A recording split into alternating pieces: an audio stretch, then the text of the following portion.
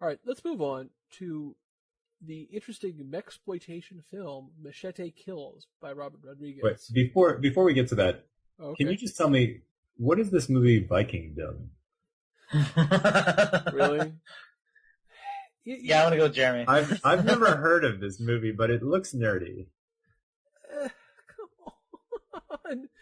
on. This is just one of those sort of silly, movies. It's just like it's not even. I don't think it's an American movie. Hold on, I'm gonna look that up. I'm pretty sure it's a Viking movie. The damn Vikings are trying. Oh yeah, it's Malaysian. It's Malaysian. Yeah. The breakout. Really? What? Okay. Yeah. Go Malaysia. Yeah. Well, why not? Yeah. Good for them. All right. Well, listen. The Machete Kills thing. It's it's the parody of exploitation films. It has Danny Trejo playing Machete. Oh, and you also skipped over Romeo and Juliet. Yeah. No, let's not talk about that. That's like the most mainstream Shakespeare story.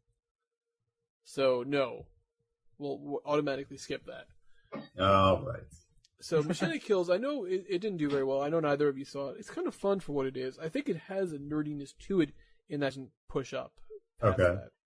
All right. Well, how about Are we going to discuss the Fifth Estate? No. Okay. Julian Assange? No. Yeah. Come on. It's rare that movies based on real life are really that nerdy, and that is no exception. I think that this one has the potential to actually be nerdy. Wait, is that actually about Julian Assange? Yeah. Yeah, because it's about WikiLeaks, but I think it's too biopic-y to consider it nerdy. Was it good at all? No. Oh. All right, well, let's move ahead. Now, I think Carrie, just like Evil Dead as a remake, not really that nerdy. 12 Years a Slave, good. It's a great movie, but not nerdy either. Right. So let's move again ahead, and we'll go to Ender's Game. Now, Ender's Game definitely has some nerdy aspects to it. Yeah. Based on there are definitely some Ender's Game. It's definitely got to be a contender for nerdiest movie of the year. Actually, I feel like it's got to be up there with Pacific Rim. It might actually beat it out because the fans of that book. I mean, there's definitely a following behind those fans, and a certain. And they definitely are. Definitely, there's certain people who read Orson Scott Card and are like, look at him as some of the, as making some of the best, sci-fi books. Here's my feeling. I feel like it's not really such a great adaptation. Okay, I didn't see it. Yeah. I think it has a lot of the problems that some of the Harry Potter movies do, that are making assumptions that you already know things. Because I read the book before I saw the movie. That's true to some extent. It's not a great adaptation. But it is a pretty good adaptation, and it's the source material is very nerdy. I mean, it's a young adult sci-fi book from the 80s. That is true. That all of us nerds read when we were kids. And I never read it actually. Well, you should read it because it is a really good book. Yeah, and it's it's actually hard for me to choose between this one and Pacific Rim in terms of which one is nerdier. It's basically a dead heat for me. For me, I think Pacific Rim. I can't pick between them.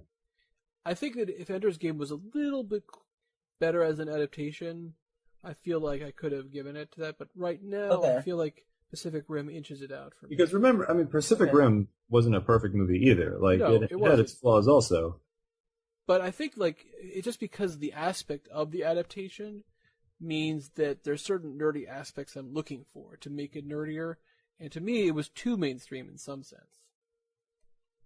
It wasn't so mainstream. No. That's what I'm saying in some sense. I guess it's just like in a comparison way, I found Pacific Rim to be a little bit nerdier, but that's just me. I disagree. I would put Ender's Game slightly above Pacific. Yeah, I'm going to vote Ender's Game slightly above it, even though neither Sam or I have seen it. No, I did see it. Okay, well, I would put it above anyway. All right, well, let's move on to another comic book movie. Thor 2, Thorier. So, has anyone other than me seen it? Yep. No, I did not see it. All right, Benj, your thoughts? So, I guess it was decent as action film. I mean, the problem with some of these blockbuster things, I sometimes find that they just become scattered and unfocused. So, it was at certain points it was this intense, not intense, but it was just a super action movie, which was fine. Then they would randomly try to have like these like jokes and things like that. These these kind of awkward humor joke things, which were sometimes funny. There's one moment where like the doctor, the nuclear physicist or whatever, just like hugs Natalie Portman and he's not wearing pants. Like that's kind of funny, but it was just like inconsistent with the movie. I do think Chris Hemsworth, for what it's worth, I wouldn't say he's amazing, but he does hold it down. Like he doesn't seem cheesy. He stays focused. Really good, considering that Thor is kind of a ridiculous character. Yeah, he not for a single moment do you ever think that he is not taking it seriously. Right. That's a good point. Yeah, it kind of sucks when Anthony Hopkins isn't doing as well. But no, he wasn't like trying as hard. Definitely, he was phoning it in more. But I think we can good old Anthony Hopkins. Right? This is a reference that nobody else is going to get. Okay. It's just a reference to a very funny YouTube video by Peter Serafinovich. But anyway, let's just move on, because even though it's a nerdy movie, not as nerdy, to one of the finest movies, 2013, The Starving Games. Okay, let's move on. Oh, yeah. Okay. So you had to mention that one. All the laughs and half the calories. Let's move on to The Hunger Games Catching Fire. All right. Definitely one of the best movies of 2013. It's a good movie. It definitely has a nerdy aspect, considering it's sort of the sci-fi dystopian thing. Right. Just because it's popular does not mean it's not necessarily nerdy. The question is, though, how do we rate it? It's a little bit nerdy. I kind of feel like the first one, because this is a sequel that already, like sequels generally, I think, well, let me say this. Sequels to successful movies are generally like less nerdy because it's already like more popular, more mainstream, or, that kind of franchise.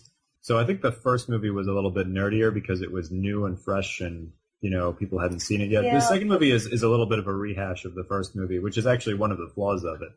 But it also makes it a little less nerdy. No. I disagree that that's a flaw, but let me say this. Like, the second one was I think in a lot of ways clearly a better movie. I liked the first one, actually.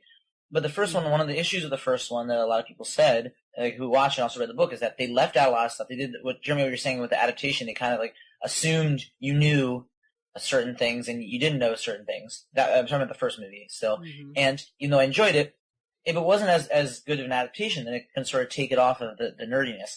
Also, I don't know if this makes it more nerdy, but the second movie was just directed and written way better. It was better. It doesn't make it nerdier necessarily, unless it has to do with, for me, whether or not the better quality is actually a better quality that's honoring those nerd principles. Right. The truth is, in this case, although I think it's better, it is not as nerdy as something like Ender's Game, just because I think that's just pushing it a little bit further.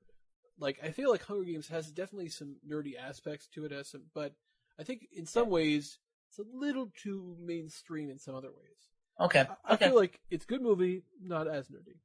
Okay.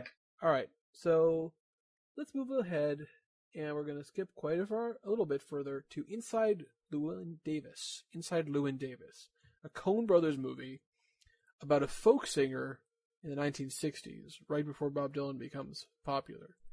So, is it nerdy? Yes, if you're like a folk music nerd. Or a I'm Coen Brothers slightly... Nerd. I'm a big Dylan fan. It's really more of what it is. So, in that sense, it's nerdy for those reasons. That being said, I don't think it holds a candle to, like, sci-fi nerds. Yeah. Okay. All right. That's fair. So let's move on to our next really tough competitor. Unhung Hero? The Hobbit Part 2. You don't want to do Unhung Hero? Anyway, Hobbit Part 2. Desolation Smaug.